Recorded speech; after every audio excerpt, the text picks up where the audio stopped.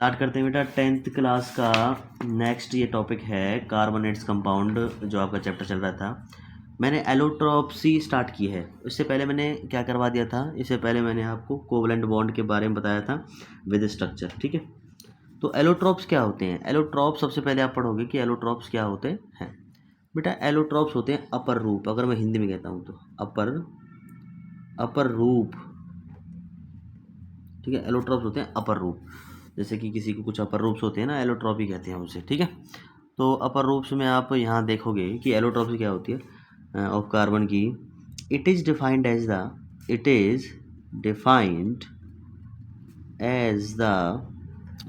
The number of form. जो number of form होती है, number of form is higher, जिसकी नंबर ऑफ। ठीक है बेटा, जिसमें एक से ज़्यादा फॉर्म हो या जिसमें हाइयर फॉर्म्स हो, एक से ज़्यादा फॉर्म्स होंगी, उसे क्या कहेंगे? एलोट्रॉपी। ठीक है, अब ये एलोट्रॉपी कार्बन शो करता है अपना। ठीक है, जो कार्बन है क्या शो करता है? एलोट्रॉपी। जैसे देखेंगे कि जो कार्बन होता है ना बेटा, कार्बन जो होता है, ठीक है, कार्बन जो होता है उसमें क्या होता है, ज़रा देखो। कार्बन के अंदर 3 फॉर्म्स होती है। कितनी फॉर्म होती है? 3 फॉर्म। ठीक है, अच्छा एक बार इसकी हिंदी लिख लेंगे जो हिंदी वाले बच्चे हैं, कि बेटा एलोट्रॉपी वह होती है जिसमें कोई तत्व एक से ज़्यादा अपनी फॉर्म शो करता है। दोबारा बोल रहा हूँ, जब कोई तत्व एक से ज़्यादा फॉर्म शो करता है तो उसे क्या कहते हैं? एलोट्रॉपी। लिख लो, ये मैं लिखना भूल गया हूँ बीच में। तो एक से ज़्यादा फॉर्म शो करने वाले क्या कहते हैं? एलोट्रॉपी। एक से ज़्यादा जिसके रूप हों उसे कहेंगे एलोट्रॉपी। कार्बन के भी 3 रूप होते हैं मेनली। जो पहला होता है वो होता है जी ग्रेफाइट। पहला क्या होता है बेटा? ग्रेफाइट। ठीक है, ग्रेफाइट को ग्रेफाइट ही कहते हैं हिंदी में भी, ग्रेफाइट। लेकिन ग्रेफाइट को ग्रेफाइट ही कहते हैं हिंदी में। ठीक है, दूसरा जो रूप होता है बेटा उसका नाम है डायमंड। ठीक है, डायमंड को हीरा कहते हैं। ठीक है, सबसे हार्डेस्ट धातु, सॉरी अधातु है ये। ठीक है, सबसे हार्डेस्ट अधातु है। उसके बाद आता है बेटा बंकिमनिस्टर फुलरेंस। ठीक है, इसकी स्पेलिंग थोड़ी सी देखना, बंकमिनिस्टर्स फुलरेंस।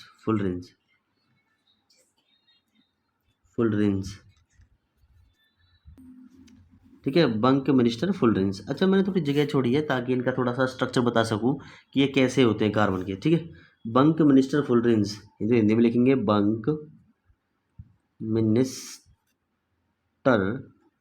बंकमिनिस्टर फुलरेंस। ठीक है बेटा, फुलरेंस, बंकमिनिस्टर फुलरेंस। ये 3 आप कार्बन के क्या होते हैं? एलोट्रॉप्स होते हैं। ठीक है, कार्बन के 3 एलोट्रॉप्स होते हैं। उसके बाद आप देखेंगे और ग्रेफाइट का जो स्ट्रक्चर होता है कुछ इस प्रकार होता है। ग्रेफाइट का स्ट्रक्चर, अगर आपने देखे इस स्ट्रक्चर के बारे में, अगर आप जानते हो थोड़ा बहुत, तो ऐसे स्ट्रक्चर्स होते हैं ग्रेफाइट के। ठीक है, यहाँ लगेगा एक और फिर ये ग्रेफाइट का स्ट्रक्चर है। यानी एक एक पे क्या है? यहाँ पे कार्बन है। क्या है बेटा? ये एक एक पे यहाँ पे कार्बन है। ठीक है, थोड़ा सा बेंजीन लाइक स्ट्रक्चर होता है ग्रेफाइट का। ठीक है, जैसे बेंजीन का होता है, ऐसे जुड़े होता है ग्रेफाइट एक दूसरे के साथ। फिर ऐसे ही बनेगा, फिर ऐसे ही बनेगा। ठीक है, हीरा का क्या होता है? हीरे का स्ट्रक्चर बहुत तगड़ा होता है बेटा, ऐसे होता है हीरे का स्ट्रक्चर। 3D स्ट्रक्चर होता है हीरे का। ये हीरे का स्ट्रक्चर है, यानी डायमंड का स्ट्रक्चर है। उसके बाद यानी हर इस पे क्या है? कार्बन है। ध्यान रहे, हर इस पे कार्बन है। हार्डेस्ट है, इस कारण हार्डेस्ट है क्योंकि हर डायमेंशन में फैला हुआ है। उसके बाद आता है बेटा आपका बंकिमनिस्टर फुलरेंस। इसका फुटबॉल लाइक स्ट्रक्चर होता है। ये इसमें जो होते हैं पेंटागन होता है, 1 2 3 4 5 और 5। ठीक है, पेंटागन फिर ऐसे ही जुड़ जाएगा इसके साथ भी। ठीक है, तो इसमें पेंटागन होता है, 5 5 बनते हैं, तो इस फुटबॉल लाइक स्ट्रक्चर बन जाता है। इसमें कार्बन 5 हैं, इसमें कार्बन 4 हैं और इसमें कार्बन 6 हैं। ठीक है, कार्बन की अमाउंट इसमें बेटा 6 है एक मॉलिक्यूल में। इसमें कार्बन की अमाउंट कितनी है बेटा? कार्बन 4 है। और इसमें कार्बन की अमाउंट कितनी है बेटा? इसमें 5 कार्बन है। ठीक है, तो ध्यान रहे। तो ये स्ट्रक्चर्स के हिसाब से मैंने एलोट्रॉपी करवाई है। अब आगे आता है बेटा आपका, आगे करेंगे। नेक्स्ट हमारा ये छोटा सा टॉपिक है, इसका अगला पॉइंट है कि कुछ मॉलिक्यूल्स जो होते हैं बेटा वो भी कोवलेंट बॉन्ड शो करते हैं कार्बन से अदर। ठीक है, कोवलेंट बॉन्ड शो करते हैं कार्बन से अदर। कुछ हिंदी में लिखा हुआ है, कुछ अणु मॉलिक्यूल को कहते हैं जो हैं जो सहसंयोजी बंध शो करते हैं। एग्जाम्पल के लिए जैसे कौन कौन से हैं?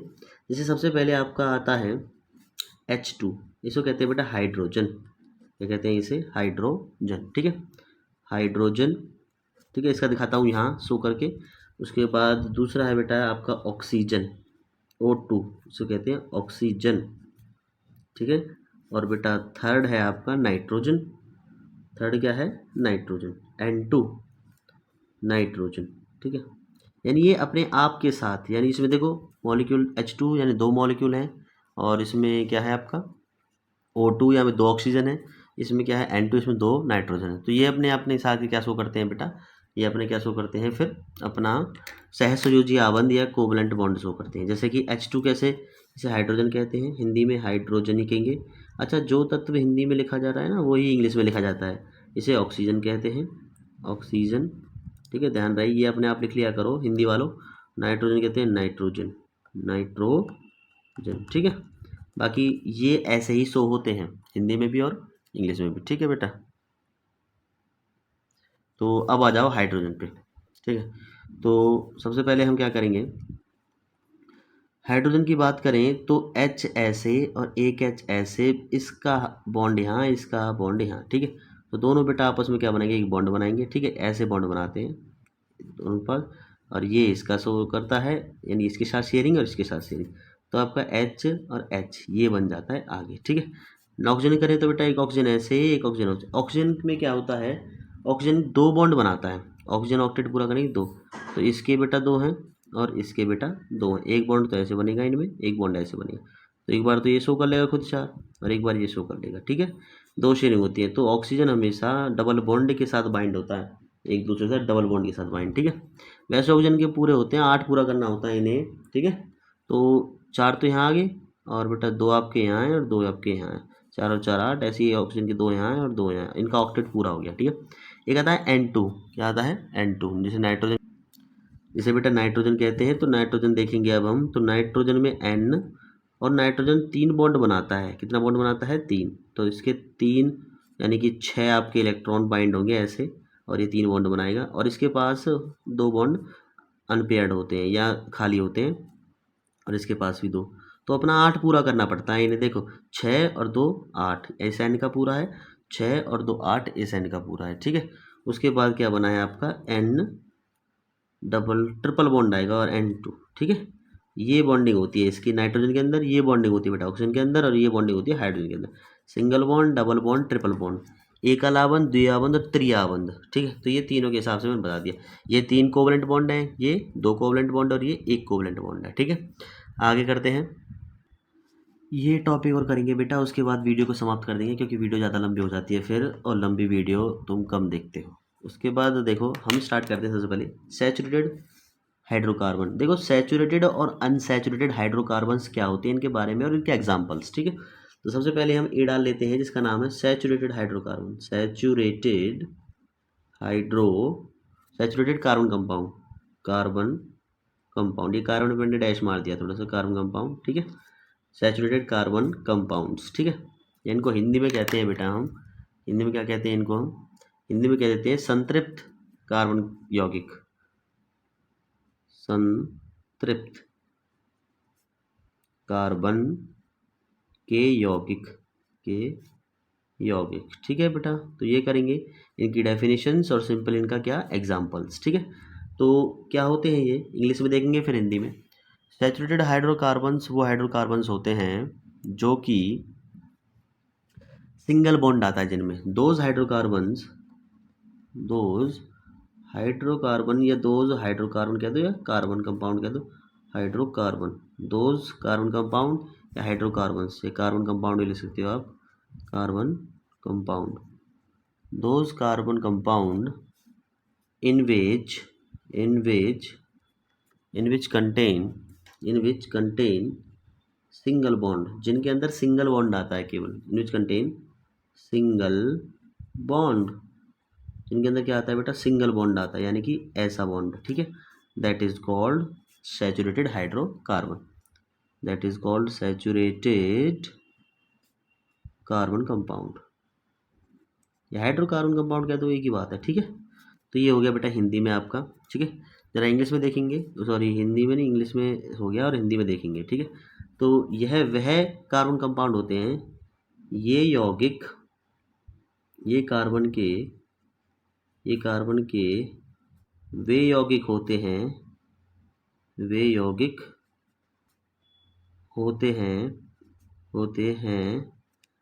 होते हैं जिनके अंदर बेटा एकल आबंध आता है, एकल सहसंयोजी आबंध, जिसमें एकल सहसंयोजी आबंध आता है, ठीक है, होता है यानी बेटा जिनके अंदर सिंगल बॉन्ड होता है। सिंपली बात करूँ, एकल का मतलब होता है यहाँ पे सिंगल, सहसंयोजी आबंध यानी एकल बॉन्ड होगा जिनमें। अब जरा इनके एग्जाम्पल करेंगे इसके, ठीक है। तो एग्जाम्पल्स देखिए बेटा, जरा एग्जाम्पल कैसे करेंगे। एग्जाम्पल से मैं ग्रीन पेन यूज़ करता हूँ, ठीक है। इसमें देखो जरा, C2H6, ये मैंने पहले भी लिखवाया हुआ है, C2H6, ठीक है। तो C कैसे है बेटा, एक कार्बन और दो कार्बन हो गए। दोनों कार्बन पे हाइड्रोजन कितने हैं, 6 हाइड्रोजन, ये इधर उधर लग जाएंगे हमारे हाइड्रोजन, 1 हाइड्रोजन, 2 हाइड्रोजन, 3 हाइड्रोजन, 4 और 5 और 6। देखो सब में सिंगल बॉन्ड है बेटा, सिंगल बॉन्ड, कार्बन के बीच में सिंगल बॉन्ड है, ठीक है। मतलब मेनली क्या है, कार्बन के बीच में देखा जाएगा कि कैसा बॉन्ड है, तो ये सिंगल बॉन्ड है। मेनली क्या देखा जाएगा कि कार्बन के बीच में कैसा बॉन्ड है, बाकी इनके नहीं, कार्बन सिंगल बॉन्ड है, ठीक है। सिंगल बॉन्ड है यानी एकल आबंध है, एकल आबंध है बेटा। अगर डबल होता तो इसे कहते हैं द्विआबंध, और वो बन जाता फिर अनसैचुरेटेड। इसका नाम बेटा ईथेन है, लिख लो इसका नाम ईथेन, ठीक है, ईथेन। ये इसका एग्जाम्पल हो गया। एक एग्जाम्पल बहुत है, ठीक है। ईथेन, प्रोपेन, ब्यूटेन, हेक्सेन, ये सब इसके एग्जाम्पल्स हैं। अब आ जाओ दूसरे पे, जिसका नाम है अनसैचुरेटेड हाइड्रोकार्बन। देखेंगे बेटा अनसैचुरेटेड हाइड्रोकार्बन या असंतृप्त कार्बन यौगिक, ठीक है। मैंने थोड़ी सी लिख दिया है क्योंकि फिर वीडियो लंबी हो जाती है, वही वाली बात है। Those carbon compound in which contain double और ट्रिपल बॉन्ड, जिनमें बेटा डबल और ट्रिपल बॉन्ड आता है, यानी कि डबल और बेटा ट्रिपल बॉन्ड, ठीक है। ऐसा जो बॉन्ड आएगा तो उनमें होगा अनसैचुरेटेड हाइड्रोकार्बन या असंतृप्त हाइड्रोकार्बन, दैट इज कॉल्ड, क्या कहेंगे उन्हें, अनसैचुरेटेड हाइड्रोकार्बन, ठीक है। अनसैचुरेटेड हाइड्रोकार्बन कहते हैं, कार्बन, ठीक है। तो इसका एग्जांपल देखेंगे फिर। तो आप देखेंगे मैंने हिंदी में जल्दी लिख दिया है क्योंकि फिर टाइम नहीं बचता, तो हिंदी में एक बार पढ़ लेते हैं बेटा। इसकी हिंदी बनाई है मैंने, वो कार्बन के यौगिक जिनके अंदर द्वि या त्रिय आबंध आता है उसे असंतृप्त कार्बन यौगिक कहते हैं।